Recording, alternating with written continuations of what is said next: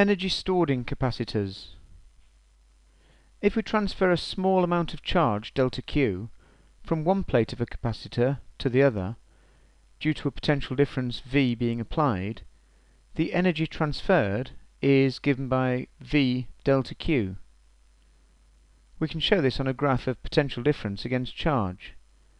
So the small amount of charge here, delta Q, makes negligible change to the potential difference V, and the energy transferred by this transfer of charge is given by the potential difference V times the charge transferred, delta Q.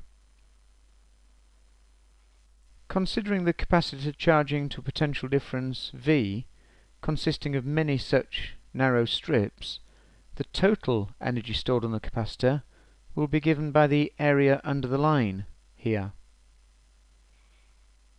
This then is half the charge Q times the total potential difference V, as the area of a triangle is half the base multiplied by the height.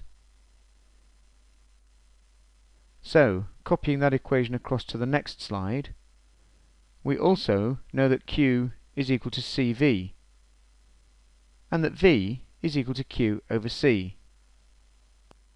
If we substitute this term for Q here, we get that the energy is half CV squared. Also, if we substitute for this term for V here, we get that energy is half Q squared over C. We can use whichever of these three expressions is most useful to us. The energy transferred via the battery will be given by QV. This means only half the energy supplied actually gets stored on the capacitor. The remainder of the energy is lost as heat in the wires as the current flows. Here's a simple example.